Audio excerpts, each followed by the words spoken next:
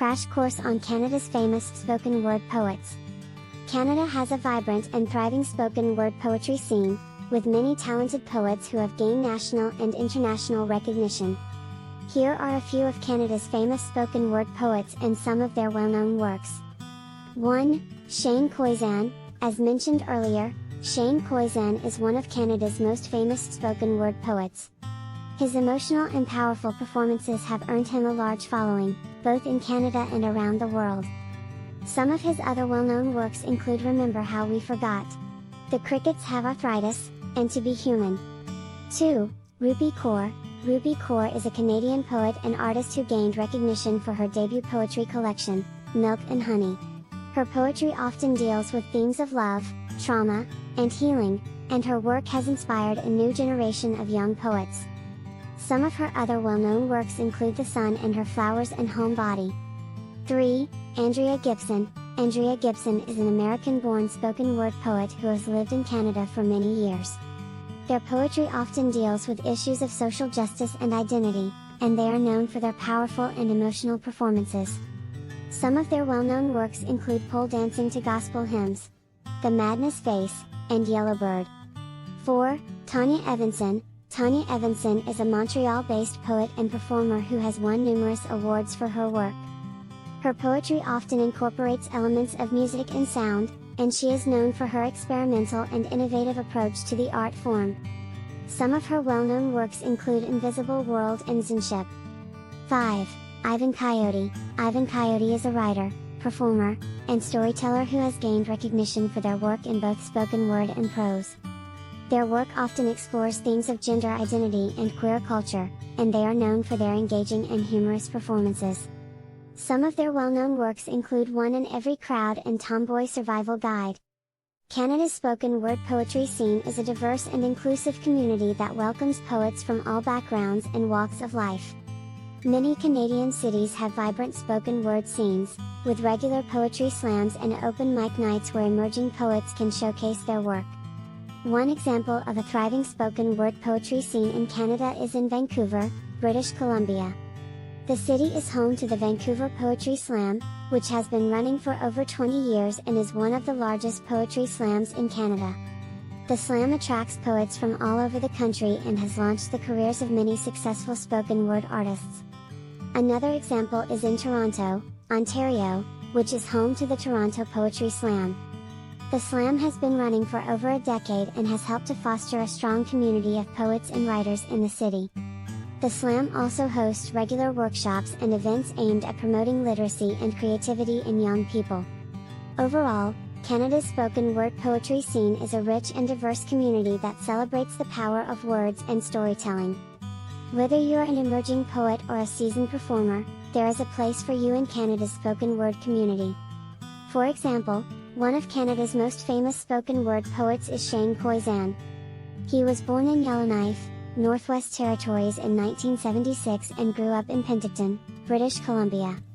Koyczan started performing spoken word poetry in 2000 and quickly gained recognition for his emotional and powerful performances. Koyczan's poetry often deals with themes of love, loss, and identity. He is known for his ability to connect with his audience on a deep emotional level, using his words to evoke feelings of empathy and understanding. His performances are often accompanied by music, adding to the overall emotional impact of his work. In 2004, Koyczan won the individual championship title at the National Poetry Slam in St. Louis, Missouri. He went on to publish his first book of poetry, Visiting Hours, in 2005. In 2010, Koyczan performed at the opening ceremony of the Winter Olympics in Vancouver, where he recited his poem We Are More. The poem celebrates Canada's cultural diversity and has since become one of Koyczan's most famous works. Koyczan has released several albums and has collaborated with musicians such as Ani DeFranco and the Vancouver Symphony Orchestra. In 2013, he gained international attention for his spoken word poem To This Day, which deals with the effects of bullying and has been viewed millions of times on YouTube.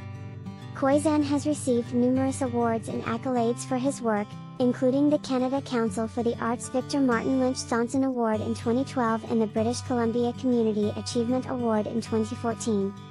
He continues to perform and publish his work, inspiring audiences around the world with his powerful words and performances. In addition to his work as a poet, Koyczan is also a writer and an activist. He has spoken out about issues such as mental health, LGBTQ rights, and social justice. He has also been involved in several initiatives aimed at promoting literacy and creativity in young people. Overall, Shane Koyczan is a powerful and influential voice in Canada's spoken word poetry scene. His ability to connect with his audience through his emotional and powerful performances has earned him a well-deserved reputation as one of Canada's most famous spoken word poets. Here is the full text of Shane Koyczan's famous spoken word poem, To This Day. When I was a kid, I used to think that pork chops and karate chops were the same thing. I thought they were both pork chops. And because my grandmother thought it was cute, and because they were my favorite, she let me keep doing it. Not really a big deal. One day, before I realized fat kids are not designed to climb trees, I fell out of a tree and bruised the right side of my body. I didn't want to tell my grandmother about it, because I was afraid I'd get in trouble for playing somewhere that I shouldn't have been. A few days later, the gym teacher noticed the bruise, and I got sent to the principal's office. From there I was sent to another small room with a really nice lady who asked me all kinds of questions about my life at home. I saw no reason to lie. As far as I was concerned, life was pretty good. I told her whenever I'm sad, my grandmother gives me karate chops. This led to a full-scale investigation, and I was removed from the house for 3 days, until they finally decided to ask how I got the bruises. News of this silly little story quickly spread through the school, and I earned my first nickname, Pork Chop. To this day, I hate pork chops. I'm not the only kid who grew up this way, surrounded by people who used to say that rhyme about sticks and stones, as if broken bones hurt more than the names we got called, and we got called them all. So we grew up believing no one would ever fall in love with us, that we'd be lonely forever, that we'd never meet someone to make us feel like the sun was something they built for us in their tool shed. So broken heartstrings bled the blues as we tried to empty ourselves so we would feel nothing. Don't tell me that hurts less than a broken bone, that an ingrown life is something surgeons can cut away, that there's no way for it to metastasize. It does. She was 8 years old, our first day of grade 3, when she got called ugly. We both got moved to the back of the class, so we would get bombarded by spitballs. But the school halls were a battleground, where we found ourselves outnumbered day after day. We used to stay inside for recess, because outside was worse. Outside we'd have to rehearse running away, or learn to stay still like statues, giving no clues that we were there. In grade 5 they taped a sign to her desk that read, "Beware of dog." To this day, despite a loving husband, she doesn't think she's beautiful because of a birthmark that takes up a little less than half of her face. Kids used to say she looks like a wrong answer that someone tried to erase, but couldn't quite get the job done. And they'll never understand that she's raising 2 kids whose definition of beauty begins with the word mom, because they see her heart before they see her skin, that she's only ever always been amazing. He was a broken branch, grafted onto a different family tree, adopted, but not because his parents opted for a different destiny. He was 3 when he became a mixed drink, of 1 part left alone, and 2 parts tragedy. Started therapy in 8th grade, had a personality made up of tests and pills, lived like the uphills were mountains, and the down.